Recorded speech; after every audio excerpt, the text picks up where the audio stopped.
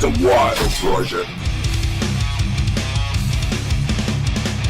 Muy buenas chicos y chicas, este es un podcast de emergencia, podríamos decir, un podcast que hago especial debido a la situación que está asustando a mucha gente del hantavirus. Bueno, no sé si es hantavirus, yo creo que se pueden decir los dos, o al menos escucho a la gente decir los dos.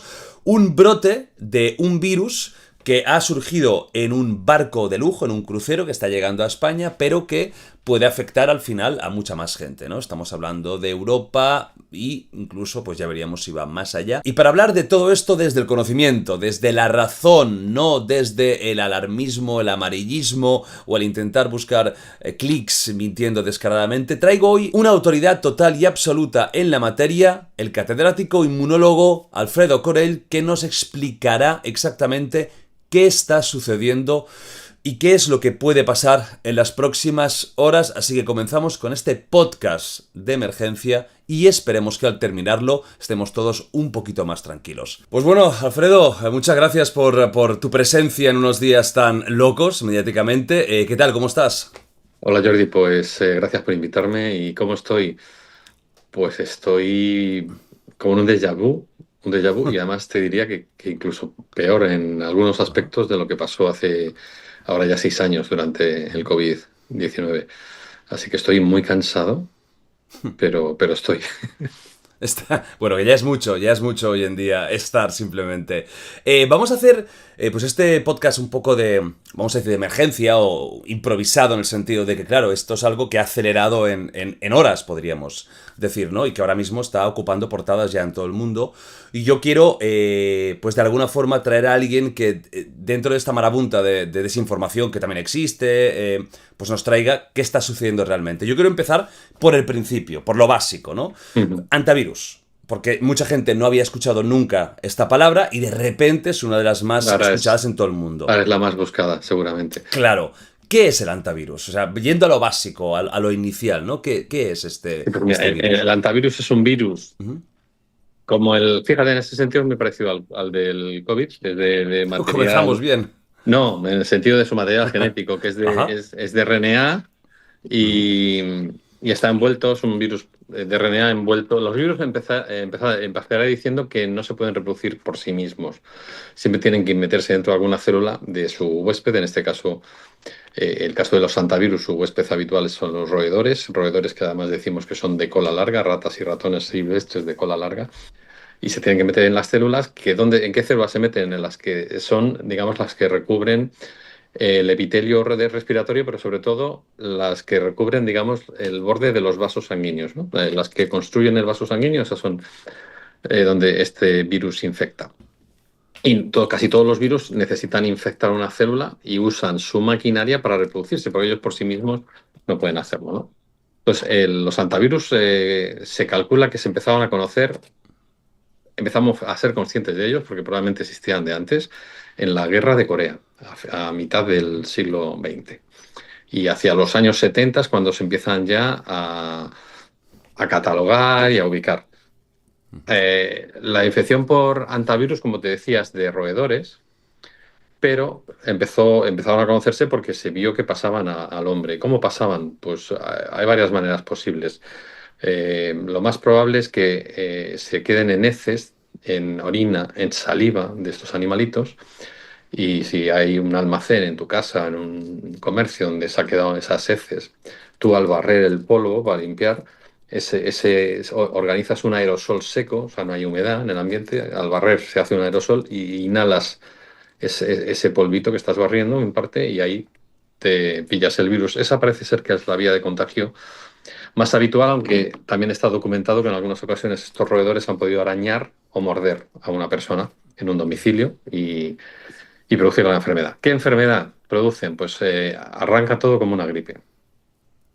Es un problema de fiebre puede ser alta, con dolor de cabeza, malestar general, te duelen los músculos y en muchos de los casos se complica con problemas digestivos, con vómitos y diarrea. Y te voy a enseñar algunas de las cosas que he ido haciendo estos días atrás para explicarlo en los medios.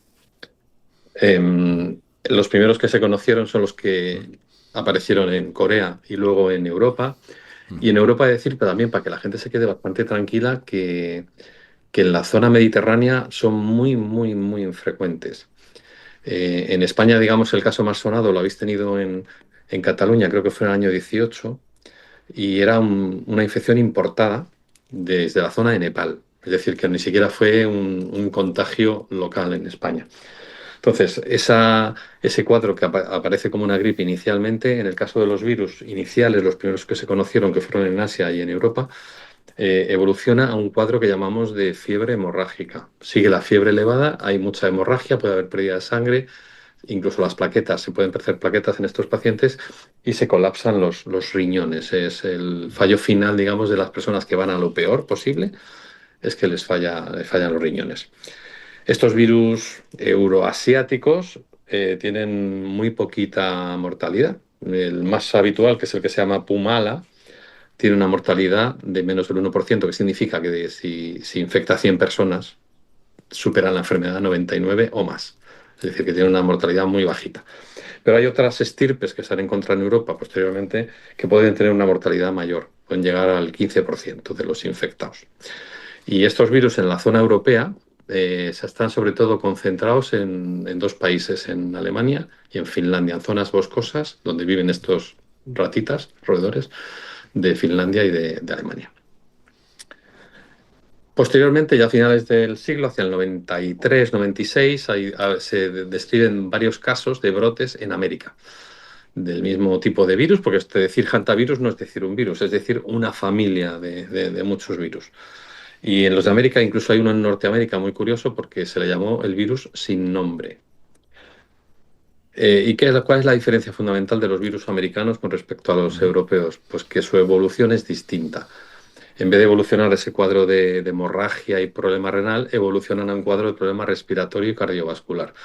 Te decía que el virus, a donde va es a las células que bordean los vasos sanguíneos, acaba dejando que el líquido de los vasos se salga y ensanche, perdón, Ujú, inunde los pulmones. ujú, El sangre sale, el suero de la sangre, se llega a los pulmones, los inunda, se produce un problema respiratorio, al final un colapso pulmonar. Estas personas que evolucionan a esta fase tan grave necesitan respiración automática, pulmones artificiales, porque si no se mueren, ¿no? Y en estos virus americanos la mortalidad se eleva bastante con respecto a los ujú, euroasiáticos. Esta mortalidad se calcula en un 30-40%. También yo creo que hay que decir que esta mortalidad un poco más superior probablemente esté sobreestimada, mm, porque este es un virus endémico, sucede todos los años en muchos países de América del Sur, entre otros Argentina y Chile. Eh, y digo que está sobreestimada probablemente porque es un virus que si diagnosticamos muy pronto y medicalizamos al paciente va a tener mejor evolución, ujú. pero claro, si estás en una aldea perdida en el sur de Claro. Argentina y resulta que tus síntomas iniciales parecen una gripe, pues podemos tardar en diagnosticarlo, ¿no? Y Ujú, entonces podemos tardar no solo en diagnosticarlo, sino en transportarte finalmente a un hospital y entonces ya el cuadro está muy avanzado, es demasiado tarde. Por eso te digo que esta mortalidad, que es lo que más nos puede asustar de este virus, ujú, probablemente esté un poquito sobreestimada por esto. Y dentro de estos americanos, la estrella es justo el que nos ha tocado en este barco, que es ujú. el que se llama el virus, la cepa Andes. ¿Por qué te digo la estrella? Porque mira, la forma habitual de contagio es la que te he dicho, Mm, restos de un ratoncito en el bosque, porque esto puede suceder silvestre en el bosque o si lo tienes en claro. un almacén, restos de heces, restos de orina, restos de saliva, pues eso, tú o los barres o en el bosque te los llevas por delante o te muerde el ratón y se contagia. Ujú, Pero habitualmente ahí se acaba el problema. Hay muchos virus que son así, o sea, da el salto del animal al hombre, pero ya el hombre, de hombre a hombre, de persona a persona, no se contagia, porque el virus es incapaz de reproducirse en las células humanas y contagiar a otra persona. Esto es lo habitual en los antivirus, salvo excepcionalmente el virus Andes. El virus vale. Andes justamente es el único en el que puede funcionar de esta manera, que es, primero hay un salto de la ratita o del ratón a la persona que infecta y esa persona infectada puede infectar a otras personas. Y este es el único de todos los hantavirus en el que está descrito esta infección de persona a persona. Y es el que nos ha tocado. Entonces, esto ha disparado muchísimo las alarmas, ¿no? Pero en este punto quizá lo más sensato es aclarar cómo es este paso persona a persona. Claro. Porque claro, si tú te acuerdas del COVID o de la gripe, pues aquello se contagiaba vamos, casi como con guiñar un ojo a alguien, ¿no? Sí, sí, Era sí. como sencillísimo, ¿no? Entonces, yo creo que se ha producido muchísima alarma social y muchísima, incluso a veces, perdóname por la expresión, histeria.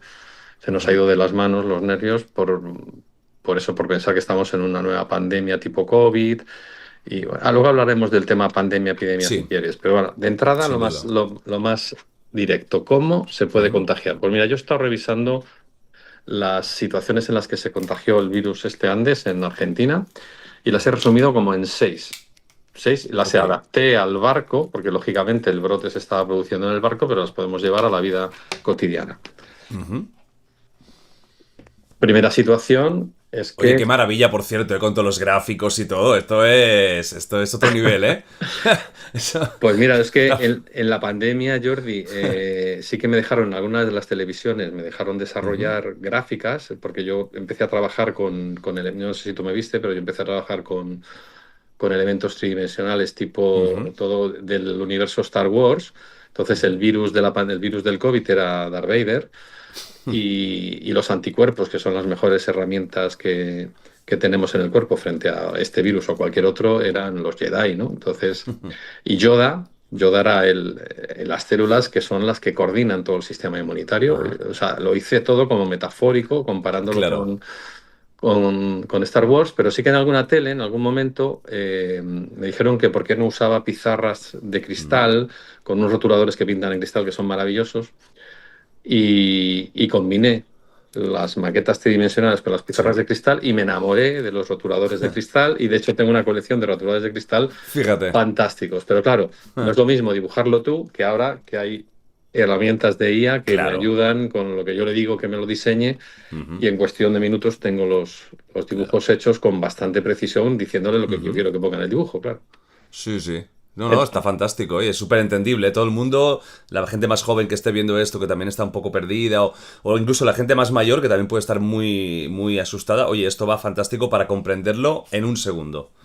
Pues vamos al resumen de las Vamos a ello. 6 situaciones en las que más o menos se podría producir un contagio. La primera, compartes un espacio pequeño muchas horas. Por ejemplo, un camarote de Ok. barco, pero por ejemplo, una casa, un apartamento. ¿Mm? Segundo, duermes en la misma cama que alguien contagiado, con independencia de que no le toques. Estoy hablando de dormir, porque esa persona, al respirar, el virus donde va a salir del cuerpo es fundamentalmente al exhalar aire. Como yo estoy hablando ahora, estoy exhalando al hablar, Sí. pues hay gotículas que no se ven, son microscópicas, y en esas gotículas está saliendo el virus. Entonces, si yo estoy durmiendo, pues están saliendo estas gotitas en la cama, se están quedando en las almohadas, en las Claro. sábanas, en las toallas con las que me baño, y esta es otra manera de contagio, el dormir en la misma cama. Tercero, ya no solo dormir, sino tener sexo. Tener sexo con una persona que esté contagiada tienes un contacto no estrecho, estrechísimo, ¿no? Pero esto incluso nos lleva a un contacto también muy estrecho, pero no tanto. Imagínate que tú y yo estamos sentados en una mesita tomando un Ajá. café. Esta charla la estamos teniendo tú y yo juntos en una mesita Sí. con un café. Y esta charla va a durar más de media hora, ¿verdad? ¿A poco? Entonces, justamente más o menos es el tiempo que se calcula. Media hora en la que yo estoy Vale. proyectando mi voz hacia ti cargada de virus. Pues eso es un contacto estrecho también. No solo que tengamos sexo, sino que estemos hablando Claro. muy directamente y en poca distancia más de media hora. Ya llevamos tres. Cuarta. La cuarta situación, imagínate en ese barco dos amigas o dos amigos que van en el barco, pero no están compartiendo ni camarote ni cama. Pero uno de ellos debuta con síntomas que parecen una gripe y la otra va a verle. Lógicamente va Claro. al Normal. camarote, va a verle, le hace un té, le hace un caldito, lo que se hace en estas situaciones, la charla y están ahí hablando una tarde, echan la tarde juntos. Esto es un contacto estrecho. Quinta situación, un trabajador del barco que tiene que hacer las camas. Tiene que hacer las camas y tiene que sustituir las toallas y todo esto. Y al mover esas sábanas para cambiarlas, está haciendo un poco de aerosol y si en esas sábanas ha dormido un enfermo, puede haber virus y lo puede respirar. Sería un contacto estrecho.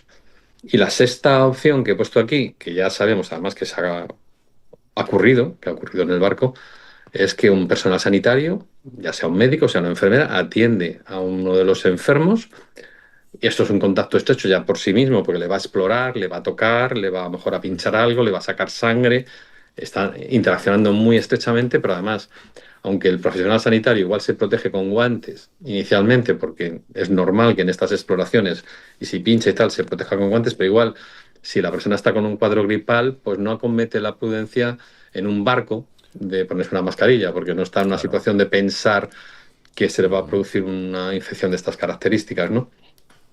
Entonces, eso sería la sexta forma de contacto estrecho. Con esto, lo que quiero decir a todos los que nos estén escuchando, ancianos, jóvenes, que hay que estar muy próximo, que no es como el COVID, que de pronto yo me montaba en un ascensor contagiado, yo me voy a la media hora, entras tú en ese ascensor y el virus ha quedado en el aire. Esto no pasa aquí. La potencialidad y ahí vamos a la potencialidad de originar una pandemia de un virus de estas características. Tiene potencialidad nula, o sea, no una posible, no, potencialidad nula de pandemia. ¿Por qué lo digo tan convencido? Porque el cero Claro. en la ciencia muchas veces no existe, pero en este caso de pandemia sí, podemos decir que tiene potencialidad cero. Porque esto se calcula con la... Hay un número en ciencia que también se hizo muy famoso en el COVID, que es el que llamamos R0.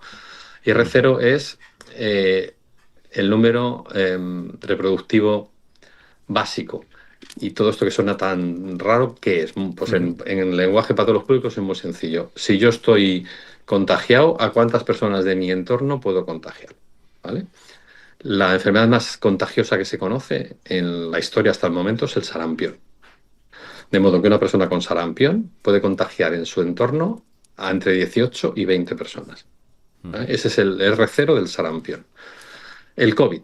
El COVID cuando empezó en Wuhan y las primeras cepas que nos llegaron a Europa, tenía en torno a 3. Es decir, una persona contagiada podía contagiar a 3 de su entorno. Y eso fue lo que, no sé si te acuerdas tú de esa época, nos llevó a calcular que teníamos que vacunar al 70% de la población para que no se transmitiera. Porque eso es para lo que vale. Con el número básico lo que consigues es decir cuánta gente tengo que tener inmunizada para que si llega alguien infectado, esto no corra y lo detengamos con la inmunidad del conjunto, ¿no? De la población, que esto es lo que llamamos inmunidad de grupo o inmunidad de rebaño. Entonces, se calculó el 70. ¿Qué pasó con el COVID? Que fue evolucionando, fue cambiando las variantes. Llegó una variante Delta, que llegó al verano del 21, y esa ya tenía un número de 6, es decir, una persona contagiada podía contagiar a 6. Claro. Y luego nos llegó Omicron, y sigue circulando Omicron en este momento, y Omicron ya se ha disparatado. Omicron tiene un número variable entre 10 y 15, es decir, llega casi al sarampión. Es decir, ya para parar un COVID necesitaríamos la misma cobertura de inmunidad que tenemos para el sarampión, que es un 96%. Es decir, o tienes al 96% de las personas protegidas o la infección te va a correr. Bueno, ¿cuál es el número reproductivo máximo del antivirus variante Andes, que es a lo que estamos? Pues en situación estándar, sin que nos diéramos cuenta de que existe, 2. Es decir, una persona podría contagiar a 2 de su entorno. Ya está por debajo del COVID, como ves, muy por debajo del sarampión. Pero si estamos pendientes de él, es decir, si somos conscientes de que hay infección y lo estamos controlando, que es la situación real en este momento, ese número 2 baja a menos de 1. Es decir, cada persona puede contagiar a 1 o menos. Esto se hizo, este cálculo, no me lo estoy inventando, se hizo con una muestra de una de las... Este es un virus endémico de Argentina y de Chile, por eso se llama el virus Andes, porque sucede en estos dos países andinos. Y lo tienen todos los años, tienen brotes pequeñitos, pero tienen brotes. Entonces esto se calculó porque hubo un brote, creo que se llama Epuyén, la zona, y fue en el año 18, si no me equivoco, y se infectaron 33 personas, de las que fallecieron 11. Aquí se produjo un efecto que llaman ellos de supercontagio, ¿no? De que de pronto una persona, pues esto es una variable más que hay que meter en todo este tinglado, y es que no todos somos iguales. Aunque una persona puede contagiar a 2 o a 1 o a 3, como te he dicho, esto es una media. Esto es una media, y en el COVID, por ejemplo, sí que vimos que había los llamados supercontagiadores, personas que se sabía que una sola persona en un evento había llegado a contagiar a veintitantas. Esto pasó en bodas, esto pasó en entierros, ¿no? O sea, esto se llegó a calcular. Había supercontagiadores, personas que tenían mucho virus dentro, y una única persona era capaz de contagiar a un grupo grandísimo, ¿no? Entonces, para este virus también se ha visto esta situación. Hay personas supercontagiadores. Eso pasó en Argentina. Y una persona en una fiesta contagió a 4. Fíjate, ese es el supercontagio que hizo. En una persona en una fiesta contagió a 4. Estos 4 no se dieron cuenta, se fueron a sus casas y acabaron contagiando a sus familias, a sus parejas, a sus amigos, ¿no? Esto llegó a 33 personas. O sea que fíjate que tampoco llegó a unos números salvajes. Sí. Y de estas 33 personas fallecieron 11. Estamos hablando de un 33%. Es justo la cifra en la que nos estamos moviendo con la letalidad del virus Andes. Y otro caso, el ultimísimo que ha habido en Argentina, que ya no sé ahora mismo en qué año ha sido, el más reciente, fue en una familia que vivía en una zona rural, con lo cual un ratoncito pues debió infectar a uno de los miembros de la familia, que eran 3, padre, madre y niña. Y en este caso falleció solo la niña. Se infectaron los 3, pero falleció solo la niña. Estamos hablando de nuevo de un 33% de letalidad. Es decir, que la letalidad es lo que más nos puede asustar, pero la transmisibilidad o la infectibilidad es muy mala. Es muy mala, y además, si lo piensas, esto nos lo dicen los propios datos de lo que ha pasado en este barco. El primer caso, que fue un holandés, aparece los síntomas el 6 de abril, fallece el hombre 4 o 5 días después. Y la última persona que de momento tenemos constancia de positividad, que es un suizo que estuvo en el barco y desembarcó en Santa Elena, esto se ha hecho el 6-7 de mayo. Es decir, en un mes hemos tenido 8 casos confirmados. Bueno, confirmados ni siquiera están, pero sospechosos 8. A día de hoy, que luego igual esto mañana cambia, pero a día de hoy cambia cada hora. Claro, de esos 8, 6 están confirmados y 2 son sospechosos. Casi seguro que esos 2 van a ser también positivos, pero bueno, 8 en el barco. Y si tú piensas que de un barco de 150 personas en un mes se han contagiado 8, esto no pasaba en el COVID ni de coña. Si esto hubiera sido COVID o gripe, estarían los 150, más todos los contactos de todas las bajadas que han hecho los pasajeros, porque estos pasajeros han hecho paradas para ir a ver cosas y han interaccionado con distinta gente. Los 20 y tantos o 30 que se bajaron en Santa Elena ya han llegado a su casa y habrán contactado con sus familias, sus amigos. Si esto hubiera sido COVID o gripe, estaríamos hablando de cientos de personas, o miles incluso, y estamos hablando de 8. Es decir, que el virus se transmite muy mal, tiene muy mala capacidad de transmitirse entre personas, aunque se hace, es muy malo. No tiene una capacidad pasmosa como lo tenía el COVID o como tiene la gripe.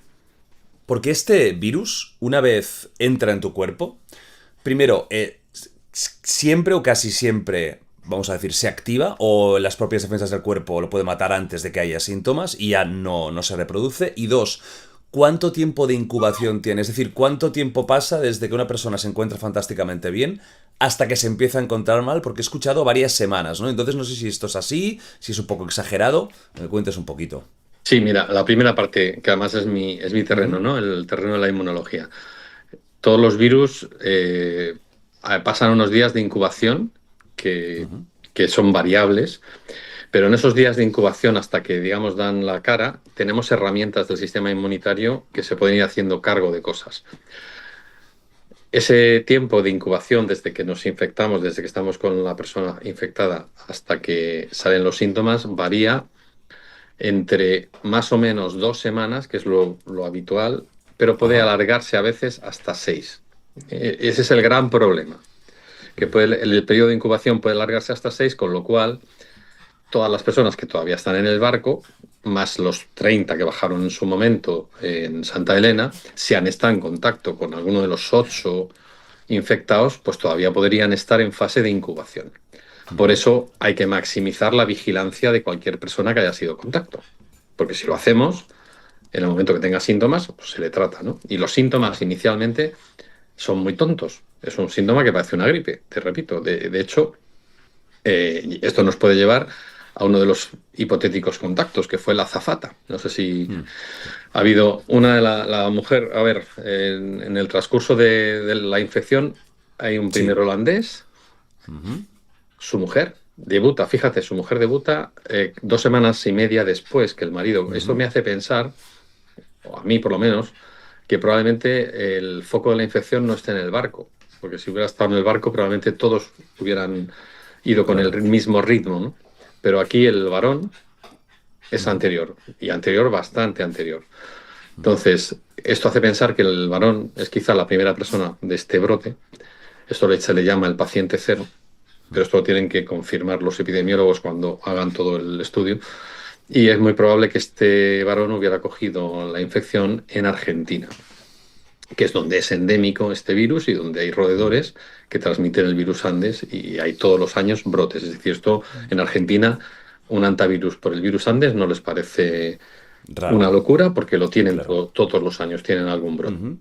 Entonces, es muy probable que este varón le, lo pillara en Argentina y fuera el que lo introdujera en el barco. Y te digo que es muy probable porque este barco es un barco de hipermegalujo. Es un barco, no sé si lo llaman Premier o que les ha costado a algunos las travesías 20 y tantos mil euros. Buah. Y que algunos de los españoles que han estado en este barco no les ha pillado el brote, salieron antes de que esto pasara. Ajá. Han dicho en medios que si les llevaban a una excursión, por ejemplo, en una Zodiac, les ponían un calzado específico para ir en esa Zodiac. Cuando volvían, les hacían una desinfección corporal, pasaban por unos rodillos con una serie Wow. de lavado, y que cuando entraban, embarcaban en el barco, si llevaban algún tipo de ropa con velcro, eran tan Ajá. escrupulosos que les obligaban a quitar los pelitos que se quedan en un velcro. Hostia. Entonces, en un barco de estas características, con lo que están pagando y con este nivel de exquisito de limpieza, a mí se me hace dificilísimo pensar que tengan ratones Ya. en alguna Dentro. zona del barco. Se me hace dificilísimo, ¿no? Imposible, desde luego, tampoco es, ¿no? Que esa sería la segunda posible situación, que haya un brote porque haya un ratón infectado dentro del barco, ¿no? Pero me parece más plausible que el ratón estuviera en Argentina, allí se infectara a la primera persona y esta persona es la que llevará el virus al barco. Y entonces lo que te decía, fíjate, entre esta primera persona y su mujer pasan 2 semanas y media y nos estás diciendo más o menos el tiempo. Y luego ya a partir de ahí sí que empiezan a salir los casos más rápido, ¿ves? Porque la mujer es del 20 algo de abril y entonces ya salen enseguida el médico del barco y empieza a salir más gente los siguientes días. Y estábamos hablando del sistema inmunitario y ese periodo de incubación. Pues eso, lo normal es unas 2 semanas, pero puede llegar hasta 6, con lo cual, si este señor fue el que contagió a todos, estamos hablando de primeros de abril. Llevar a 6 semanas, pues nos queda esperar igual 3 semanas más, hasta la Vale. tercera de mayo, una cosa así, para que se pase ese tiempo, digamos. Pero cada día que pasa y que no hay ninguna persona más en el barco, esos son datos que hablan a favor de que esto se va a resolver del modo que se resuelve siempre en Argentina, que es de modo autorresuelto. Es decir, lo atajas, eres consciente diagnosticas el brote, acotas las posibilidades de que la gente lo siga transmitiendo y entonces en tres, digamos, en tres cadenas, como mucho en 3 saltos, se acabó. ¿A qué me refiero con tres? Del ratón a la primera persona, una cadena de transmisión, ¿vale? De esa primera persona a todos los que esa persona contagie, segundo paso de transmisión. En ese es en el que estamos.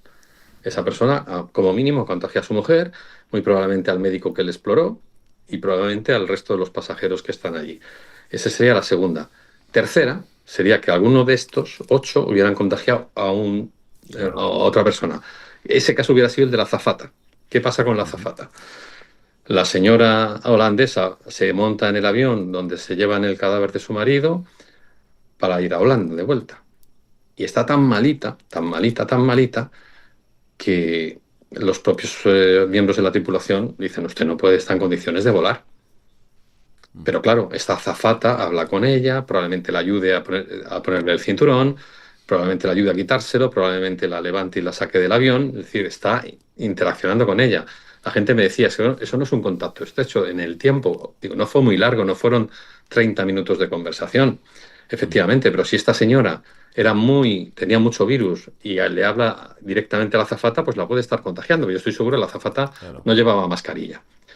Así que cuando todo el mundo se asustó con la azafata aislada, claro, la azafata llegó y tuvo fiebre y tuvo síntomas respiratorios, pasados creo que 2 semanas de este vuelo que no se hizo porque la mujer no voló. O sea, estuvo unos minutos y la sacaron del avión. Entonces la azafata da síntomas 2 semanas después y la ponen en aislamiento, en observación y le hacen la prueba. Lo lógico, pero eso alarmó. Ya el virus se expande de una manera mucho más fácil. Y yo dije, no es mucho más fácil una azafata con esta señora si la ha atendido directamente, ha atendido a un enfermo sin ninguna protección. Y si esta señora tiene virus en su ropa, en sus manos y al hablar lo está echando, pues aunque sean 10 minutos, ha estado muy próximo a la azafata. O sea, a mí aquello no me hubiera rasgado las vestiduras, pero bueno, gracias a Dios la azafata salió negativa. Es decir, no ha habido esta tercera cadena de contagio. Y en esa tercera cadena de contagio tenemos ahora 3 casos relacionados con España. A día de hoy, no sé si mañana o pasado habrá 5, pero en este momento hay 3. Porque en ese avión donde esta mujer estuvo un ratito y la sacaron porque no estaba en condiciones de viajar y de hecho muere, no sé si es el mismo día del vuelo o al día siguiente, no tardó nada, pues estaba ya muy enferma. En ese avión, fíjate lo bueno que significa que las autoridades europeas han hecho un perimetrado en el asiento en el que iba esta mujer y han perimetrado no sé cuántos asientos alrededor y han avisado a todos los países de sus pasajeros que iban en esos asientos alrededor de la enferma. O sea, esto es maravilloso. Y nos han informado que en España tenemos 3 que llegaron a España en ese avión en el que esta señora estuvo sentada. Y en Francia creo que hubo 7 u 8, no sé con exactitud. Con lo cual ahora España ha buscado a esos 3, los tenemos localizados. Francia ha buscado sus 7 u 8, los tiene localizados y los está estudiando. En España, ¿quiénes son? Una sudafricana que llegó a España, estuvo en España una semana y se volvió a Sudáfrica. Aparentemente en España no tuvo ningún contacto próximo y está en Sudáfrica a día de hoy sin ninguna sintomatología. Segundo caso, una mujer catalana que la han localizado y que no tiene ningún síntoma, pero que por si acaso está en observación y me parece que también está aislada, pero no tiene ningún síntoma. Tercer caso, que es el que más ha revolucionado, una mujer que vive en Alicante y que de nuevo tiene sintomatología compatible, que tiene un catarro, que tiene fiebre, que tiene malestar y que es compatible con esto, pero es compatible con una gripe, es muy inespecífico lo que tiene, es compatible con cualquier cosa. ¿Y qué se ha hecho? Pues lo que se tiene que hacer. Está en el hospital, aislada, y se ha mandado una prueba de ver si tiene antivirus o no. Y si sale negativa la primera vez, seremos tan escrupulosos que le haremos una segunda. Claro. Por si acaso. Asegurarlo. Y cuando se le haga la segunda y salga negativa, esta mujer, como contacto, se la va a considerar contacto probablemente, y la manden con los españoles que están en el barco y irán al Gomezulla, al Hospital de Madrid.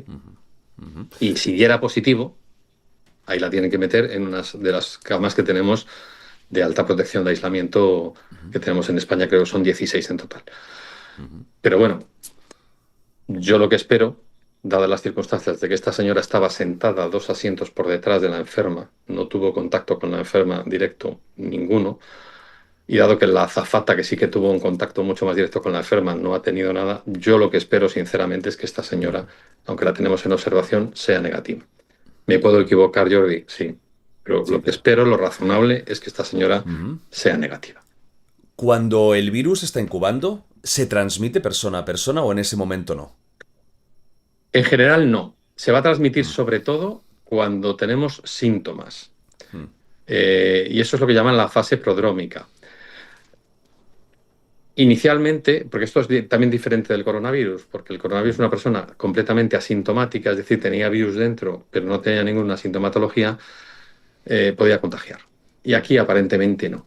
Tienes que tener los síntomas, o a lo mejor el día antes de que tengas la fiebre, antes de que te empiece a doler la cabeza, pero no mucho antes. Ese periodo de incubación no vas a ser contagioso. Y eso me lleva a decirte otra cosa que no te he contestado antes del sistema inmunitario, y es que me decías tú que si siempre se va a llegar a lo peor. No, el sistema inmunitario vale para algo. Gracias a Dios tenemos un sistema inmunitario muy fuerte y entonces esos síntomas iniciales los vamos a tener siempre porque el virus va a infectar, pero el sistema inmunitario de modo normal se va a deshacer de la infección. solamente habrá unas pocas personas en las que no se deshaga de la infección y evolucionen a las situaciones más graves. O sea, justamente esta es la respuesta a una pregunta que me has hecho hace media hora. Sí, sí. Que en general el mayor porcentaje de personas se van a deshacer de la infección sin que llegue a mayores. Claro. De hecho, de las 8 personas contagiadas del barco, creo que en este momento graves murieron 3, y de los 5 que quedan, con estado más, digamos, más grave o más preocupante, hay 2. Uno que está en la UCI en Sudáfrica y creo que el médico del barco. Uh-huh. Hay una persona positiva, confirmada que es positiva y que no tiene ningún síntoma. Es decir, que no le pasa nada. Es decir, que pasa a veces, no pasa a veces, pasa, lo más habitual es que el sistema inmunitario se deshaga del virus sin mayores problemas. Y en algunas ocasiones el 30% pues evoluciona a situaciones graves. ¿Hay tratamiento, curación o es simplemente esperar que el propio cuerpo se deshaga, digamos, de esto? He escuchado, creo que es ribavirina, no sé si esto es algo que se está probando, ya funciona. ¿Qué se puede hacer una vez ya tienes la enfermedad? Pues si se está probando algún fármaco actual, no te voy a engañar, lo desconozco, pero a priori no hay ninguna cosa específica, ni siquiera preventiva, vacuna, ni curativa, antiviral. Vacunas sí que se estaban ensayando, me consta que se estaban ensayando. Lo que pasa es que hablar de antivirus no es hablar de un virus, como hemos dicho al inicio, es hablar de una familia de virus con unas variantes europeas asiáticas, con otras variantes americanas. Entonces es un conjunto y se han probado varias vacunas y me consta que algunas están en ensayo clínico. No están para usarse todavía porque no están todavía acabados todos los ensayos, pero se están probando. Y lo que no hay es ningún antiviral, porque los virus en general son muy difíciles de combatir con fármacos. De hecho, yo creo que el único virus que tenemos unos antivirales maravillosos es el VIH. Que de hecho, en el caso del VIH se han conseguido muy buenos antivirales y no se han conseguido vacunas por las características de este virus, que es un virus también muy peliagudo, ¿no? Yo diría que es más cabrón el VIH que el hantavirus.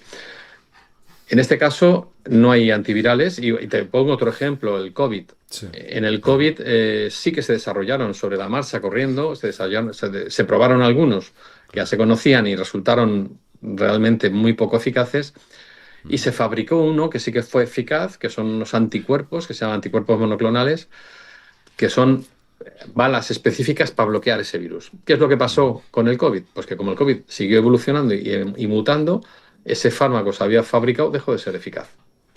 Entonces, los antivirales son complicados. Otro virus que tiene antivirales, tanto en pastillas como tópico, es el herpes, que tiene varios. Y tampoco hacen algo de efecto, pero no son maravillosos. No son fármacos tan maravillosos como un antibiótico para una bacteria, ni son fármacos tan buenos como un analgésico para un dolor, porque los virus son pues muy peculiares y cuesta mucho trabajo el desarrollo. Entonces, no hay. ¿Qué es lo que se hace con estos pacientes? Se tratan los síntomas. Claro. Si hay dolor de cabeza, si hay fiebre, que son los primeros pasos, pues analgesia y antipiresia, pero luego ya puede llegar a que se inflame el sistema inmunitario, inflame los vasos, porque esto es una reacción inmunitaria en los vasos, y se produzca ese encharcamiento pulmonar. Entonces, puede haber antiinflamatorios, por supuesto, y por supuesto luego puede haber acción mecánica para ayudar a respirar a los pacientes, pero algo específico frente al virus como tal no hay. Otra cuestión es que de la farmacopea que hay actualmente, alguien haya pensado, oye, pues igual este fármaco podemos probarlo a ver si funciona, que es lo que me has dicho, no lo sé. Yo sinceramente ese dato en concreto no lo he visto, con lo cual no quiero engañar a nadie. Como no lo he visto, prefiero decirte que no lo sé. Claro. Esta cepa del barco, ¿se sabe seguro que es la de los Andes? ¿Podría ser una mutación? ¿Podría haber mutado el virus? ¿Podría ser una mutación con más facilidad para transmisión? ¿O visto lo visto, tiene toda la pinta de que es lo que comentabas, ¿no? De que es la de los Andes y no hay más? Visto lo visto, no. Es la de los Andes y no hay más. Pero además hay un dato, y es que al menos de los 6 confirmados ya, creo que al menos 3 han secuenciado el total y han dicho que era un 99,99% parecida a la de los Andes. Es decir, que probablemente algún cambio hay porque los virus mutan muchísimo. Además decimos, los divulgadores decimos que evolucionan, que mejoran. No lo hacen para mejorar, es un fallo natural.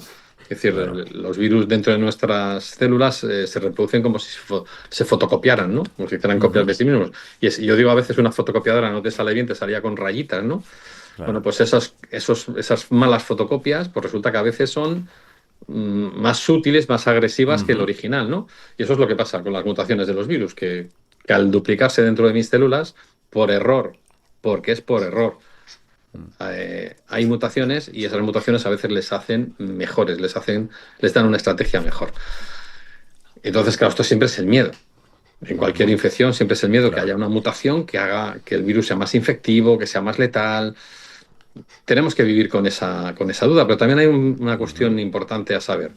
Cuando un virus es muy letal, no puede ser Ujú. muy infectivo, porque si suceden las dos cosas, se quedaría sin nadie a quien infectar.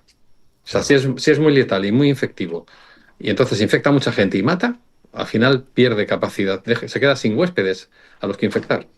Entonces, Ujú. eso de modo natural es así. Los que son muy infectivos suelen ser poco letales y los que son más letales suelen ser muy poco infectivos, porque si no, Ujú. se quedan sin comida, sin sustento. Claro, claro. Entonces, este virus, por lo que sabemos del laboratorio, es muy parecido al AN desconocido y por lo que sabemos de la evolución clínica de la infección, no es más agresivo ni más infectivo, porque estamos hablando de un 30% de fallecimiento sobre los casos que tenemos diagnosticados de Ujú. 8,3, estamos hablando de lo mismo, entre el 30 y el 40%, y estamos hablando de que en un mes ha infectado a 8 personas, es decir, no es más infectivo. Ujú. Así O que sea que de tranquilidad. momento se cumple, digamos, ¿no? Sí, Con todas las totalmente. características del conocido. Antes decías que la posibilidad, porque aquí ahora entra un poco el tema de la histeria, de los medios, del pánico, ¿no? Sí. Y por eso estoy haciendo este podcast, porque mucha gente me escribía, Jordi, háblalo, porque es que tengo a mi abuela y estoy asustado, tal. Eh, Tú dices que es muy complicado, bueno, creo que has dicho la palabra nulo, la posibilidad de pandemia de este brote. O sea, es decir, que esto no sea como el barco del COVID, no sé si nos acordamos de ese famoso crucero, que eso fue un poco ya como el primer momento en el que dices, cuidado, que esto no es el inicio de una nueva pandemia. No, No tiene pinta de es serlo. capacidad cero de pandemia. Te lo decía y Ujú. te lo decía, digo, aunque hay Cero. veces que en la biología no existe el cero, en este caso Ujú. sí que lo podemos decir. ¿Por qué? Porque depende de ese número reproductivo. Te he dicho, es 2 cuando está descontrolado y menos de uno cuando lo tenemos en vigilancia y estamos en esa situación en vigilancia, por lo tanto damos en menos de uno. Eso le da cero probabilidad pandémica, cero. Es imposible que salga una pandemia y le da una probabilidad muy próxima al cero de epidemia. O sea, no, pandemia es todo el mundo. Ujú. Epidemia es en un continente, no en todo el mundo. Estamos en brote, que es la forma habitual en la que este virus se reproduce y se resuelve de modo natural en los países sudamericanos así, en como mucho en 3 cadenas de transmisión que te las he explicado. La primera es del Sí. ratón a la primera persona, la segunda esa persona a sus allegados o con los que comparta proximidad y eventualmente una tercera. En las pocas veces que ha llegado esa tercera es la última. Así que todos los brotes de este virus se han controlado como máximo en 3 saltos. En este caso nosotros tenemos documentados 2, del ratón a la primera persona y de persona a otros 7 y estamos vigilando posibles terceros. Yo creo que de esto no va a pasar y nos vamos a quedar en un brote. Lo único que la gran diferencia de este brote es que está en un barco en el que hay personas, tanto tripulantes como viajeros, creo que son 20 y tantos países. Es Claro. decir, que aquí el miedo es que cada uno de esos viajeros llegara a su país y pudiera ponerse en marcha otra cadena de transmisión. No hay transmisión comunitaria en este virus. No la hay. Por lo tanto, posibilidad pandémica cero, epidémica muy próxima al cero. En unas horas el barco llega a Canarias, que ha sido una de las grandes polémicas, e incluso mucha gente de con miedo, ¿no? Trabajadores del puerto, etcétera. ¿Qué posibilidad hay o qué les dirías a la gente de la isla que estén tranquilos, ¿no? O sea, ¿qué es lo más probable que pase una vez llegue el barco y las personas... bueno, de hecho, si puedes explicar un poco cómo está previsto que se haga este desembarco y las medidas de seguridad. Sí, lo han explicado ayer la directora de Protección Ujú. Civil y la verdad es que han hecho un protocolo de diseño de bisturí. Yo ayer me quité el sombrero cuando escuché el protocolo que se había diseñado. Había dos posibilidades de esa llegada del barco, que era que atracara o que fondeara, que esa es la primera guerra que ha habido y también tiene un trasfondo probablemente político. De hecho, el hecho de que fondee y no atraque lo hace más difícil logísticamente. La logística del desembarco lo hace mucho más difícil, porque si atracara, pues por la puerta salen todos andando. Bueno. Pero como va a estar en mar, pues lo que se ha diseñado en grupos se han hecho burbujas. Se han diseñado como burbujas muy pequeñas. De modo que en lanchas de 5 en 5 máximo van a salir del barco hasta el puerto. En ese puerto serán recibidos y llevados según su nacionalidad a su avión. Lo que han dicho es que no se va a llevar a nadie al aeropuerto hasta que el avión no esté en la pista del aeropuerto. Es decir, que si, por ejemplo, los 14 españoles tenemos el avión militar preparado en el aeropuerto próximo de Tenerife, pues irán los 14, irán en 3 burbujas de 5, 5 y 4 y se les llevará en un camión conjunto a todos juntos al aeropuerto, se meterán en el avión y el avión se llevará a una base militar de Madrid y de la base militar de Madrid al Hospital Militar de Madrid. Esto, cuando se contacta con una situación como esta, con un virus potencialmente peligroso, que aquí, insisto, lo más peligroso es su potencial letalidad, no la capacidad de transmisión, sino su potencial letalidad. Por supuesto, todo el personal que interaccione con los pasajeros va a ir perfectamente protegido. Hay unos equipos de protección individual que se utilizarán los de máxima seguridad, los que llevan hasta botas.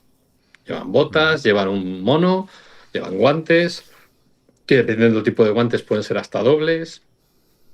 Llevarán gafas, llevarán mascarilla, por supuesto, y llevarán escafranda, es decir, van a ir absolutamente forrados para que el de su cuerpo quede en contacto con cualquier posible piel del pasajero, cero. Y probablemente a los pasajeros les bajen del barco con algún tipo de protección de estas características también. Esto es la zona caliente, ¿no? El personal que interaccione con los tripulantes y los pasajeros y que interaccione con ellos es lo que llamamos las personas que están en zona caliente. Una vez que todo esto se haga, en esta zona caliente van a estar, por lo tanto, las personas que entren al barco y les acompañen en la lancha, los que conduzcan el camión o las ambulancias que les lleven a los aviones y los que piloten y tripulen estos aviones. Todo este personal tiene que ir hiper protegido. En este sentido, por ejemplo, el personal del puerto, yo creo que su función aquí va a ser muy secundaria. Van a ser a lo mejor desde cierta distancia, decir, vayan por aquí, circulen para allá, esa es la dirección de los de España, aquella es la de Reino Unido, esta es la carpa donde les van a explorar a los españoles, porque parece ser que se va a hacer una exploración previa, en los españoles por lo menos, se va a hacer una exploración clínica previa para asegurarse de que no hay ninguna sintomatología, aunque no nos olvidemos que hay ya expertos dentro del barco. Hay expertos europeos dentro del barco que están acompañándolos y que estoy seguro que van a llevar los datos al día. Tengo 140 pasajeros con síntomas tales, que serán los que quedan en el barco con síntomas, no sé si hay alguno. En este momento me parece que ya no, pero bueno. Hay dentro del barco un experto en infecciosas europeo haciendo un seguimiento y que cuando lleguen las autoridades, las personas que vayan a sacar a los tripulantes y a los pasajeros va a estar todo súper controlado. Entonces, burbuja absoluta, máxima protección de los que interaccionen y personal que no interaccione, probablemente les digan que se pongan algo por protección, como pueden ser una mascarilla o como pueden ser unos guantes. Pero si se quedan a metros de donde van a estar circulando los pasajeros, sus posibilidades de contagio son cero. Bueno, no cero, no se puede decir nunca cero, como te he dicho en biología, Jordi, discúlpame, que yo mismo me contradigo, pero van a ser muy bajas. Van a ser muy bajas, con lo cual yo a los trabajadores del puerto, que sé que están nerviosos, les diría que máxima tranquilidad. Y a los ciudadanos de Tenerife, total tranquilidad. Es decir, el virus no va a entrar en la isla de ninguna manera con este sistema que se ha preparado. Porque si el barco hubiera atracado, ahí es donde hubiera habido un mayor riesgo. ¿Por qué? Porque imagínate, yo te he dicho que estoy casi seguro que no hay ratas a bordo de ese barco que sean el objeto en la naturaleza de este brote. Pero imagínate que me equivoco y que sí que hay ratas. Bueno, pues El miedo que tenían es que si el barco atraca, por las amarras de atraque salgan las ratas y se les metan en el puerto. Y es un miedo natural. Y hoy me he entrevistado con una radio, con Radio Canarias, y me han dicho, pero doctor, ¿y las ratas no pueden nadar? Digo, no, ni las ratas nadan, ni las ratas nadan, ni las ratas vuelan. Es decir, del barco al puerto estando en fondeado, no estando atracado, las ratas no van a llegar al puerto. Así que a los ciudadanos les digo eso, total tranquilidad. Creo que a lo mejor, aunque las autoridades han tardado en coordinarse las distintas niveles, finalmente lo han hecho, y de verdad que yo cuando ayer escuché los protocolos que se habían diseñado me pareció que estaban bien diseñados. Cuando ayer escuché que ya se estaban haciendo seguimiento a estos posibles terceros contactos, como la persona de Alicante, me parece que hizo un ejercicio absoluto de transparencia, porque eso se podía haber ocultado el dato hasta que hubieran tenido las PCRs, y se dijo, no, tenemos, en aquel momento dijeron 2 casos, luego la catalana ha aparecido después.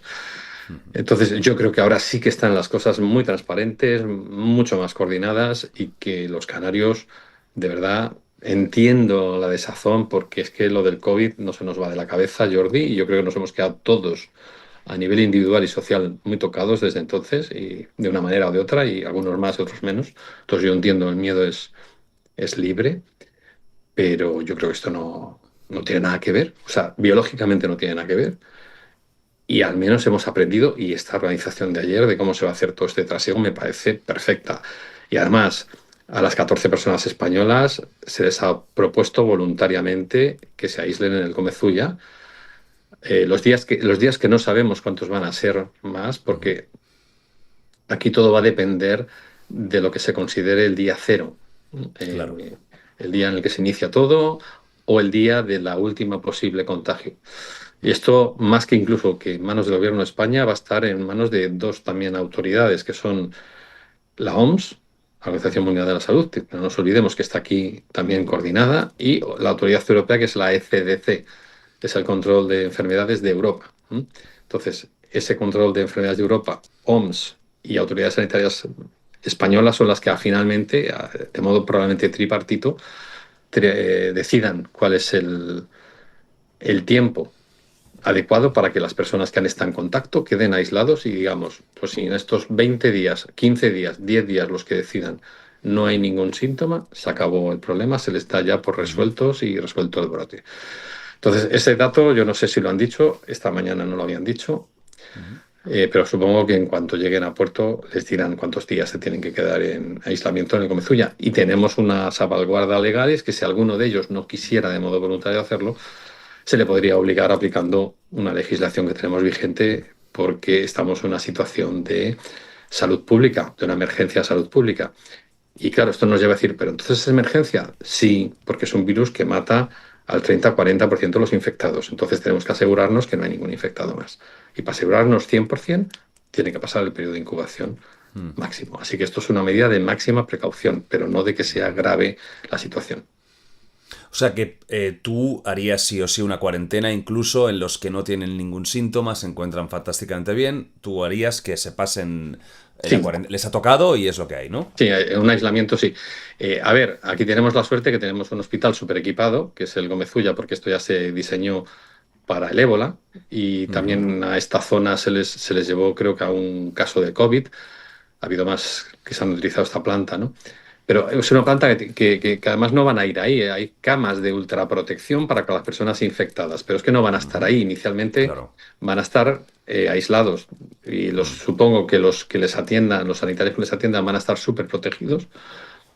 Pero en principio, como son asintomáticos, no van a estar en las camas de altísima protección, no tiene ningún sentido, van a estar aislados para que no interaccionen con nadie, y esa burbuja se resuelva cuanto antes sola. Otra opción podría haber sido, a mí me han preguntado muchas cosas, Jordi, en estos días también. Claro. ¿Y por qué no se quedan en el barco? Pues efectivamente, en el barco otra opción hubiera sido aguantar la cuarentena dentro del barco. Pero, ¿cuál es el pero? Que si realmente el agente contagioso está en el barco, no nos interesa. Y como no lo sabemos a día de hoy, aunque yo sospecho que no, como no lo sabemos, lo mejor es sacarles del barco. Habría muchas posibilidades. Haber dejado a todos en un hotel, que esto ya se hizo en el COVID. Sí. Devolver a cada uno a su país, como se está haciendo ahora. Los 30 que desembarcaron de Santa Elena y que están siendo localizados en distintos países del mundo, se les ha invitado a un autoconfinamiento en su casa vigilado. Esa es otra opción. Pues Correcto. oye, tú te confinas los 20 días que te faltan, yo todos los días te mando o te llamo por teléfono o te mando un enfermero que te va preguntando, te va tomando temperatura. Ujú. Hay varias opciones. Aquí se ha optado por la del hospital que tenemos, que está muy bien equipada para estas cosas, me parece bien. Probablemente Ujú. hubiera habido otras opciones igual de fáciles, pues sí, pero bueno, pues yo creo que en cualquier caso algo parece que hemos aprendido y se ha hecho Mm. mejor todo este procedimiento que lo que se hizo con el COVID en su momento. Parece que esto no, por suerte, no va a ser una emergencia mundial al final, es decir, que no va a ser el inicio de un caos como vivimos. Pero ¿hay algún virus que la gente no, o sea, no se esté hablando? Porque ahora se habla mucho del antivirus, pero claro, ¿hay algún otro agente infeccioso que realmente te preocupe como experto y digas, no nos relajemos porque podría volver a pasar algo parecido al COVID? Pues sí que lo hay y además está todos Ujú. los años salta al foco. Fíjate, hay una cuestión. Todas estas enfermedades que vienen de distintos animales y que saltan Ujú. al hombre es lo que llamamos zoonosis, ¿no? Ujú. Porque este virus es de ratones. Sí, Entre el COVID y este hemos tenido también otra emergencia, si te acuerdas, que es el de la viruela del mono. sí. Mal llamada de la viruela del Ujú. mono, porque ese virus también es de ratones, habitualmente de ratitas silvestres como este, y lo que pasa es que estas ratitas silvestres muerden al mono y se lo pasan a los monos. O sea, los monos son sufridores de la infección que habitualmente están en las ratitas. Pero bueno, como aquí se descubrió en monos, se llama de la viruela del mono. Claro. Todos estos virus, ha habido un brote, Jordi, en enero, que si no me Ujú. equivoco, en la India, del virus Nipah, que es un virus Ujú. Sí, hemorrágico también. sí. Tenemos de vez en cuando el virus hemorrágico del Nilo, los ébolas. Todos estos brotes que de pronto llaman y llaman tanto la Ujú. atención se deben, en definitiva, al deterioro del planeta, entre otras cosas. O Ujú. sea, esto ha existido toda la vida. Los saltos de las especies al hombre han existido toda la vida de Dios. De hecho, el 80% de las enfermedades infecciosas que tenemos se sabe que son de origen animal.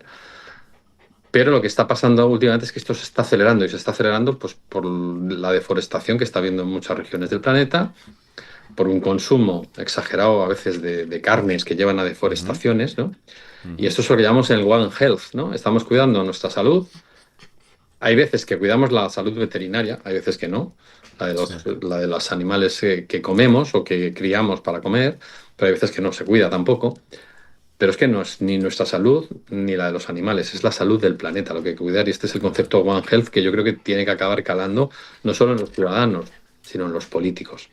claro. Porque o cuidamos el planeta o... ¿qué pasa? En España, por ejemplo, tenemos, y yo que vivo en la zona de Sevilla, Ujú. tenemos ahí el mosquito tigre. El Sí. mosquito tigre no era de nuestro país, no era una especie de nuestro país. ¿Por qué la tenemos ahora? Pues porque han cambiado las condiciones climatológicas. Tú imagínate, nosotros no tenemos, en nuestro caso no tenemos malaria, porque Ujú. el mosquito que transmite la malaria no vive en España. Pero si seguimos igual desertizando y siguen pasando cosas, puede que en un futuro cambien las temperaturas, podamos tener esta especie u otras que no teníamos. Eso va a hacer que cambie y luego además cada vez el mundo es más global a nivel de viajes. Es decir, antes viajaban solo las personas muy ricas. Bueno, pues los viajes se han ido abaratando y ahora viajar de un país a otro es una cosa mucho más asequible para los bolsillos Mm. de mucha más gente, con lo cual se viaja más. En estos viajes podemos transportar no solo virus o bacterias, podemos transportar insectos, podemos transportar garrapatas, podemos transportar mil cosas que lleven al país donde vamos enfermedades que no estaban. Ujú. Entonces, el mundo está más globalizado, lo estamos maltratando más, con lo cual estos saltos zoonóticos lo más probable es que si no lo controlamos se produzcan cada vez con más frecuencia. Entonces, aquí hay muchas estrategias. Hacer una estrategia, por supuesto, política, que es una hipervigilancia de todas las zoonosis, pero de hacer institutos internacionales, de redes de países vigilando que no pase esto, porque en el caso de Wuhan, lo más probable es que viniera el murciélago. Aquí estamos viendo uno que viene de unas ratitas, pero la que más nos agobia a todos, que es lo que me preguntabas antes, es la gripe aviar. Ujú. El virus de la gripe aviar es mucho más letal que la gripe que tenemos nosotros ahora mismo, eh, y es un virus que en principio va de aves. Iba primero en aves silvestres, luego ha llegado a aves estabuladas, que criamos, las gallinas, para los huevos, para comer. En España este año se han sacrificado granjas con cientos de miles de aves. Entonces, aparte del daño económico y de que suben, a consecuencia de esto, han subido los precios de los huevos, por ejemplo, muchísimo en Europa, pero sobre todo en España. El problema principal es que este virus se está adaptando, no porque él quiera, no es lo que te diga, es azar. Él está mutando porque se reproduce mal.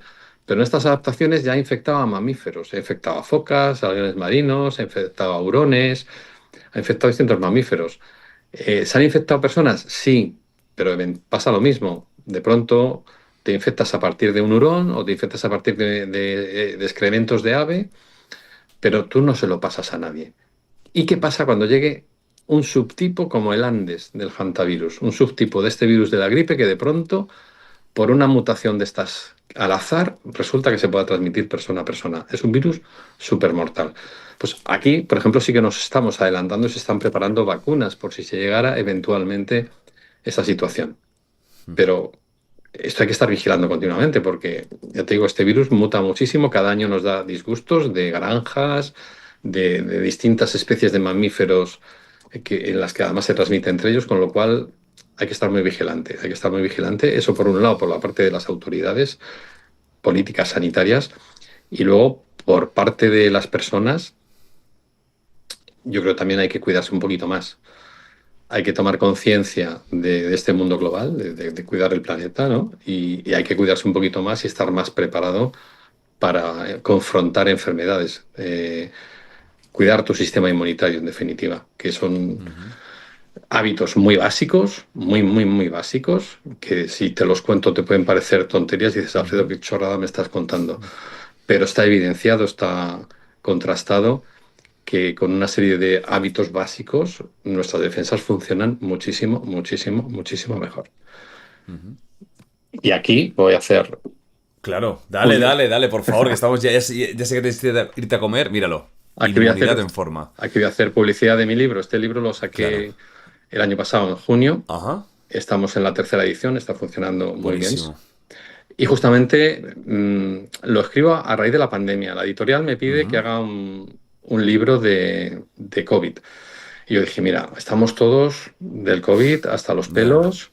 Y es más, en cuanto se acabe el COVID, es un libro que va a perder vigencia completamente, ¿no? No va a servir para mucho. Y dije, no, ya que la gente se ha interesado por las defensas y sobre todo los que tienen niños, los que tienen abuelos, pues son las defensas más débiles. Justo los dos extremos de la vida, eso es cuando el sistema inmunitario está peor, porque al nacer lo tenemos inmaduro y al morir lo tenemos envejecido. Entonces, en los dos extremos se altera mucho. Y entonces, en el libro cuento un poco lo que es el sistema inmunitario sin aburrir, porque es un libro para todos los públicos, es un libro que lo puede leer cualquiera sin que tenga conocimientos de biología ni de salud. Y lo que cuento son justamente los capítulos, aquellos aspectos que tú puedes trabajar para que tus defensas funcionen mejor. Y fíjate, se resumen en 6. El sueño. En España dormimos como el culo, y perdóname la expresión. Sí, pero, es así. Pero se duerme fatal en horas y en calidad de sueño, porque no inducimos. Te metes a la cama con el móvil leyendo el último WhatsApp. No. Hay que inducir el sueño llegando con un cierto relajo en música, sin ruido, sin estridencia, sin luces, ¿no? Y ese es el sueño 1. No voy a hacer spoiler para que la gente que le interese, salvo que si tú quieras que te cuente alguna parte en particular, te la cuento. El sueño es una. Otra es el ejercicio físico. Brutal. Hemos llegado, yo, por ejemplo, ya tengo muchos años, he empezado a cuidarme físicamente, te diré que igual hace 15, cuando me debería haber empezado a cuidar desde pequeño, desde la escuela deberían haberme enseñado a cuidarme. Y por supuesto toda la adolescencia y la adultez. Y yo me empecé a cuidar pues hace 15 años. Tarde no es, nunca es tarde para hacerlo, pero estaría en mejores condiciones si lo hubiera empezado a hacer mucho antes. Así que sueño, ejercicio físico. Tercero, la alimentación. Comemos fatal y comemos fatal con muchas cosas, por el estrés de vida, porque no cocinas, porque los ultraprocesados te es más fácil, entre otras cosas. Porque no sabemos cuáles son las saludables y las no saludables, porque hoy en día hay también muchas modas en nutrición y hay muchas dietas de estas extremas que eliminan grupos de alimentos. Y por poner 2 ejemplos, los que hacen nutrición keto o los que hacen una nutrición vegana, que son dos grupos extremos y además contrarios, ¿no? Y esto está estudiado, estos dos extremos están estudiados cómo se afectan las defensas, ¿sabes? Así que tenemos sueño, ejercicio, nutrición. Cuarto, el estrés, el control del estrés y la ansiedad. Complicado esto hoy en día, ¿eh? Pues es igual, hoy en día si tú no tienes estrés no eres nadie. Exactamente. Básicamente. Entonces, pues aquí lo que comento es que muchas veces el motivo estresante o que te genera la ansiedad no lo puedes evitar, porque puede ser que te hayas quedado viudo, se te haya muerto tu pareja y estés con una depre y ansiedad, o puede ser que tengas una persona en casa que es dependiente y tienes que cuidarla y eso te estresa tu vida y hace que tengas que ir a tope. Puede ser que la ciudad en la que trabajas sea un caos y llegar a tu trabajo cada día sea una hazaña, ¿no? Entonces, hay veces que el motivo que te produce el estrés o la ansiedad no lo puedes evitar. Pero lo que sí puedes buscar es ratitos al día para buscar situaciones que contrarresten ese estrés. Y fíjate cosas tan bonitas como el sexo. Te recomiendo, porque la actividad sexual produce una serie Lo recomendamos siempre, aquí. Produce una serie de hormonas que contrarrestan el cortisol del estrés, ¿no? La red social de una persona y no me refiero a YouTube, no Instagram, ni Instagram, ni nada de eso. No, eso no creo que aporte mucho. La red social real de personas reales que tú conoces influye muchísimo en tus defensas. Es decir, si tú estás en un grupo de intereses comunes para, yo qué sé, pues una ONG, un partido político, un grupo religioso, una hermandad, un grupo de deporte, de montañismo, de lo que sea, de pádel, haces actividades con esa red y tienes una red. Eso mejora tu longevidad, tu felicidad. Fíjate. Y tu sistema inmunitario. Ya te he dicho 4. Vamos 4, quedan 2. Quedan 2. Sí. Consumo de tóxicos. Controlar el consumo de tóxicos. Entendiendo por tóxicos, tabaco, alcohol y drogas. Porque si te digo drogas, tanto las clásicas, heroína, cocaína, como las más modernas, la MF, el GHD y tal, todo el mundo entiende que eso es malo para la salud en general, pero es que para el sistema inmunitario también lo es, ¿no? El tabaco lo tenemos también un poco más entre rejas, porque sabemos que produce muchos cánceres, entre otras cosas, pero es que también altera el sistema inmunitario, pero es que somos un país muy tolerante con el alcohol. Y de hecho, en el caso del alcohol, cuando tú sales con los compañeros de trabajo un día y tal, la persona que no bebe una caña o que no toma un vino es un triste. Y se lo dices, tío, tómate algo, ¿no? Claro. Si tomas un agua, un refresco, no, eres un triste. O sea, tenemos muy normalizado el consumo de alcohol. Y el alcohol, fíjate, yo he llegado a decir en clase hace 10 años a mis estudiantes que tomar un vaso de vino tinto al día o una lata de cerveza al día era inmunosaludable. Lo he llegado a decir. Claro, esto no se puede decir porque sí que hay componentes que potencian tus defensas. Por ejemplo, en los vinos rojos tenemos muchos antioxidantes, los taninos, los polifenoles, son muy buenos, pero es que hay alcohol. No puedo excluir eso del alcohol, y el alcohol no es bueno. Y en las cervezas son muy buenos porque hay restos de la levadura en la que se ha producido la fermentación, y la levadura, y eso nos llevaría a un campo que me salta con la alimentación, que para mí es la estrella de todo esto, que son los probióticos. En la levadura, esos bichitos que dan restos, y fíjate, ahora hay cervezas con doble lúpulo, sin filtrar, con lo cual todavía son mejores para el sistema inmunitario en todo esto, pero es que tienen alcohol. Con lo cual hay que asumir esto como un placer culpable. Yo no puedes decir que porque yo lo voy a seguir tomando, porque yo quiero, y quien no lo quiere tomar, que no lo tome, por supuesto, pero no puedes decir que es saludable. Pero el apunte sobre la que me acuerdo con la cerveza, los probióticos. El alimento por excelencia para el sistema inmunitario son los probióticos y prebióticos. Los probióticos son bacterias y levaduras que no se van a quedar en mi intestino, pero van a hacer que las de mi intestino sean más saludables. Y los probióticos por excelencia de nuestra alimentación son el yogur y el kéfir. También ahora hay leches fermentadas y nos están llegando cosas asiáticas como las kombuchas. Tenemos cosas más europeas como el chucrut alemán. Pero todo esto está mucho menos estudiado. Yo no digo que no vaya a ser útil, pero va a haber que estudiarlo. Pero del yogur y del kéfir no hay ninguna duda de cómo potencia el sistema inmunitario. Y luego, estas bacterias del intestino necesitan su alimento. Y el alimento son los prebióticos. Los prebióticos son las fibras. Y las fibras las tenemos básicamente en las verduras, en las frutas. Pues, por ejemplo, si digo alcachofa, si digo el plátano, la piña, Esto es mucho aporte de fibras y también los hidratos de carbono, pero cuidado cuando tienen cáscara. En la cáscara está la fibra y en la cáscara además hay muchas vitaminas, con lo cual hay que tender a que los hidratos que tomemos sean lo más integrales posibles. ¿Y Entonces, pasta integral y todo eso entraría dentro? sí, sí, sí, Esto sí. sí, ¿eh? Sí, la pasta integral es hidrato integral, con lo cual tienes la Ujú. cáscara del grano que te está aportando fibra. Así Buenísimo. que pro y prebióticos, por favor, uno al día. O sea, yo digo un yogur al día. Mm. Eh, Sé que lo que voy a decir puede sonar Hmm. a amarillismo, ¿no?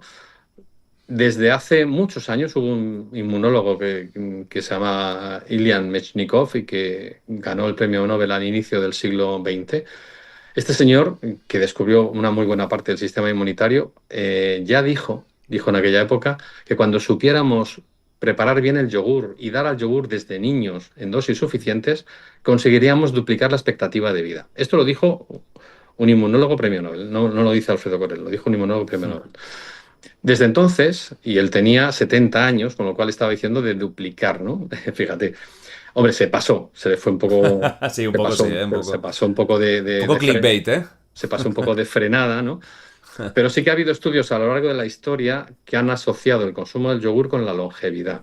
Y en concreto, el último es el de la mujer de Olot, que falleció hace poquitos años, Sí. que creo que con 118 años ha sido la octava o la séptima mujer más longeva de las que se han registrado, porque es posible que haya Mm. personas que no se han registrado en la historia. Esta mujer, sus médicos la estudiaron. Por supuesto, confluyen un montón de factores, un montón de factores. Tenía una genética envidiable, tenía unos hábitos de vida como los que hemos estado comentando, tenía unos hábitos de Ujú. vida perfectos, pero tomaba, entre estos hábitos de vida, tomaba 2 yogures al día. Y además la analizaron a esta mujer, se dejó analizar los últimos años, pues los médicos ya vieron que era un caso excepcional de longevidad. Y en la microbiota de esta mujer vieron que tenía una microbiota no como la de un anciano, sino como la de una mujer de 26, 27 años, una Wow, mujer joven. Y imagínate. me queda el último gajo del pastel. Ya Sí. hemos dicho sueño, ejercicio, alimentación, control del estrés y consumo de tóxicos. Y el siguiente gajo que yo dejo en mi libro, que además me he atrevido porque no lo ha hecho nadie, es el abuso de la tecnología. Mm. El abuso tecnológico deprime al sistema inmunitario y yo mismo cuando leí un artículo dije, ¿estos de qué van? O sea, ¿cómo es posible? Pero me vas a entender muy fácil, te lo explico facilísimo. Si tú abusas de consolas, de redes sociales, primero, estás más sedentario, haces menos ejercicio. Segundo, si estás muy enganchado, ni cocinas. Te compras la hamburguesa o la pizza, con lo cual te alimentas peor. Tercero, si te enganchas por la noche y te vas derecho a la cama, te quitas horas de sueño y llegas al sueño mal. Y cuarto, son actividades estresantes, porque tanto si tú estás compitiendo con la consola, como yo, por ejemplo, que me veo muchas veces en redes sociales, se publica un post, habrá tenido impacto, les ha gustado, me han comentado, o de pronto tengo haters poniéndome burradas y tal, eso te estresa. Claro. Entonces, te alteran el sueño, te alteran la alimentación, te alteran el ejercicio físico, te alteran el control del estrés y encima añaden ruido. Y eso es la acción directa de todo esto sobre el sistema inmunitario. Las células del sistema inmunitario les gusta el silencio, les gusta la música clásica. El ruido las altera. Así que fíjate Hostia. como un abuso, porque tenemos que usar la tecnología. El abuso Ujú. tecnológico nos puede joder un poquito el sistema inmunitario. Y perdóname haber hablado así de mi libro, No, no, pero me encanta, me encanta. O sea, ya no quiero tenerte mucho más, que sé que tienes que ir a comer, pero aparte de esto, del antivirus y todo el problema que hay, oye, tienes que venirte un día con más calma, con tranquilidad, y hablamos de sistema inmune, que seguro que hay 50.000 cosas que son súper sí, interesantes. de esto se puede hablar de muchísimas cosas, Jordi. Y te quiero agradecer que hayas hecho este huequito en esta agenda loca que tienes estos días. Esperemos que no dure mucho más ya el caos. Yo espero que no, yo Y, espero que en una semana mm, empecemos a ver la cosa como mucho más tranquila. ujú. Lo que rogaría, ya que estamos y nos escucha Sí, algún medio, claro. rogaría a los medios que no metan cizaña. De verdad Ya. que ya bastante nervio tiene la población y bastante sensibilidad tenemos la población y que los periodistas se informen de un modo tranquilo. Porque yo el otro día, fíjate, por ejemplo, cuando la Ujú. azafata esta famosa me llaman a un medio y estando yo en directo en pantalla, el presentador, no voy a decir programa ni nada, dice Ok. que cómo le explico yo ahora que esta azafata, cuando yo he dicho el día antes que tiene que haber contacto estrecho, ¿cómo le explico yo ahora al público que esta azafata esté infectada? Pero además con unas formas. Y dije, mira, lo primero de todo es que no sabemos si está afectada. ¿Cómo que no lo sabemos? Si está publicado. Digo, no, perdóname. Lo que está publicado es que está aislada porque tiene síntomas compatibles. Ya.